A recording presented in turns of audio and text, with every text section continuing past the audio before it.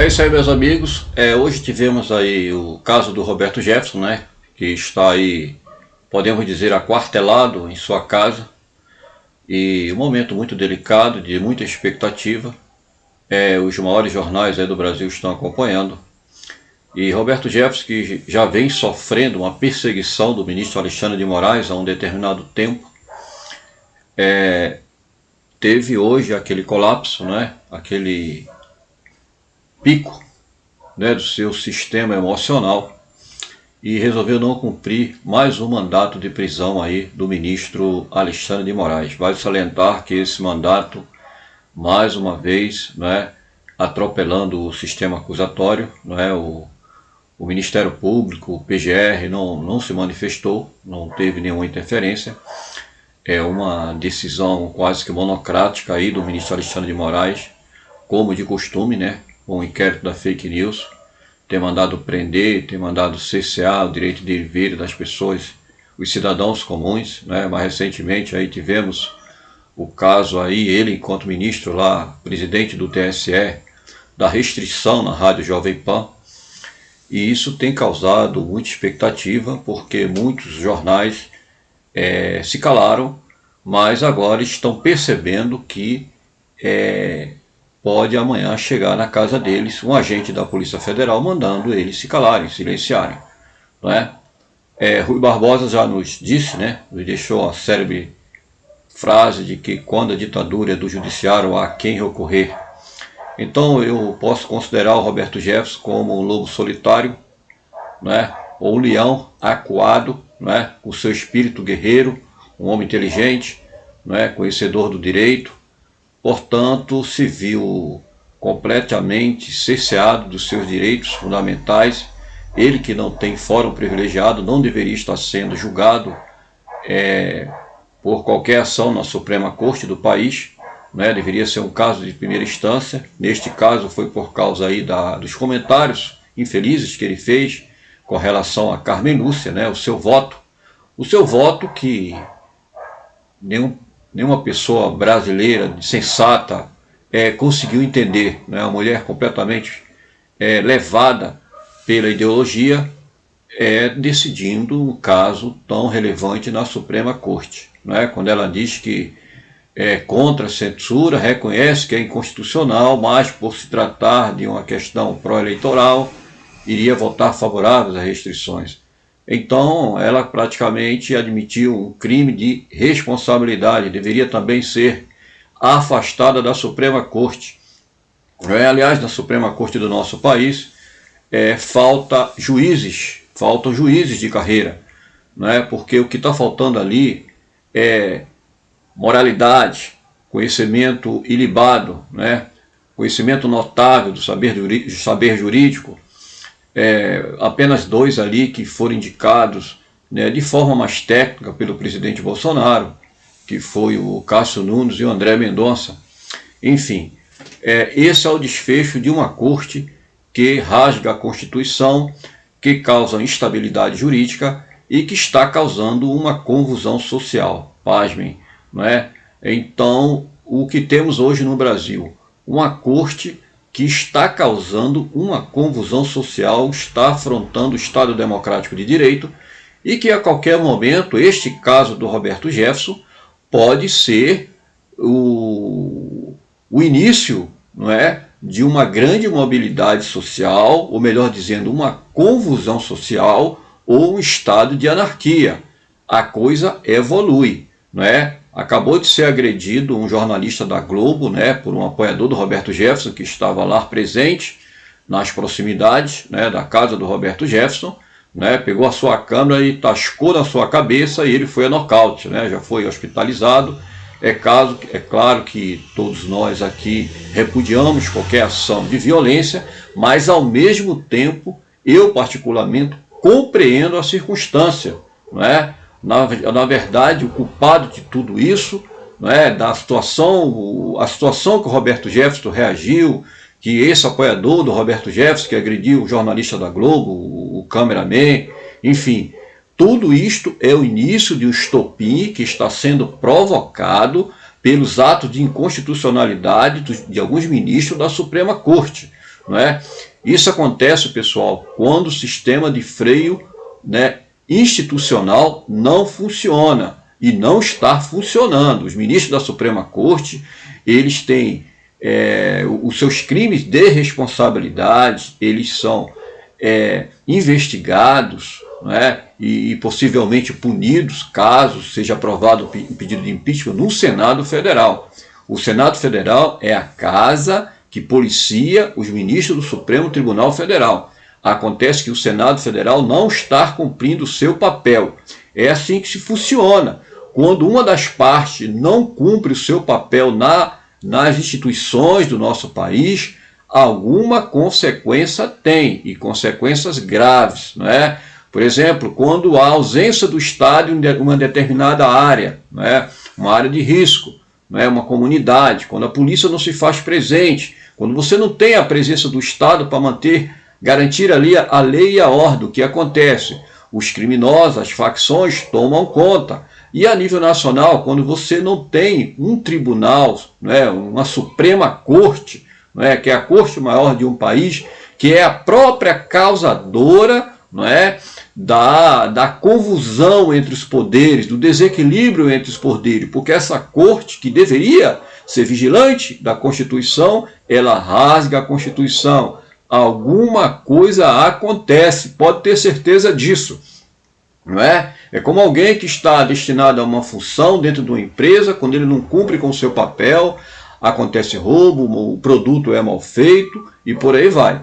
Então, o Supremo Tribunal Federal tem causado todo este transtorno, né? Isso lembra o que aconteceu com Oscar Pérez. Quem lembra do Oscar Pérez? Oscar Pérez na Venezuela, não é? Quando ele se rebelou contra as tiranias do Maduro, não é? Era um capitão lá do exército e ele resolveu se amotinar também, não é? Inclusive praticou um atentado contra a Suprema Corte lá da Venezuela e ali iniciou-se a perseguição e ele chegou num determinado local, se refugiou com o grupo que estava com ele, né? Que era uma espécie de paramilitares, e ele estava ali lutando porque ele se viu diante de uma situação que não tinha a quem recorrer. O ser humano é assim, não é? Você encurrala ele, quando ele não tem a quem recorrer, ele vai usar de todos os meios para se defender, para salvar sua própria pele. E é esta a situação do Roberto Jefferson, não é? Ele não tem a quem recorrer porque ele está sendo preso por um ministro do Supremo Tribunal Federal, não é? E quem julga o Supremo Tribunal Federal por seus atos, né, isolado dos ministros, é o Senado Federal. Acontece que o Rodrigo Pacheco, ele vive de conluio com o Alexandre de Moraes. Então, o Roberto Jefferson, ele, claro que ele disse, olha, não tenho mais a quem recorrer. E eu sei que está sendo causada uma injustiça, porque lá atrás, quando ele cometeu crimes, né, por ocasião do caso do Mensalão, ele cumpriu a sua pena. Ele não se rebelou contra a prisão, ele cumpriu a sua pena integralmente, não é? Então ele era um homem livre, só que dessa vez ele está sendo injustiçado, ele não tem fórum privilegiado, não é? O sistema acusatório está sendo quebrado, como aconteceu também com o Daniel Silveira, né, que é amparado pelo artigo 53, né, ele é imune à palavra, votos e opiniões, assim mesmo Alexandre de Moraes mandou prendê-lo, né? Então assim, isso pode ser o início do estopim, pessoal. Essa semana aí promete ser agitada, né? Então pode acontecer muita coisa. O primeiro turno das eleições não foi normal, né? O sistema está querendo tirar força ao presidente Bolsonaro. O Alexandre de Moraes, o Fachin, o Barroso, aquela turma toda ali indicada pelo PT, que está na Suprema Corte, quer derrubar o presidente da República. Isto é fato. Basta você ver, praticamente está decretando uma lei marcial no país.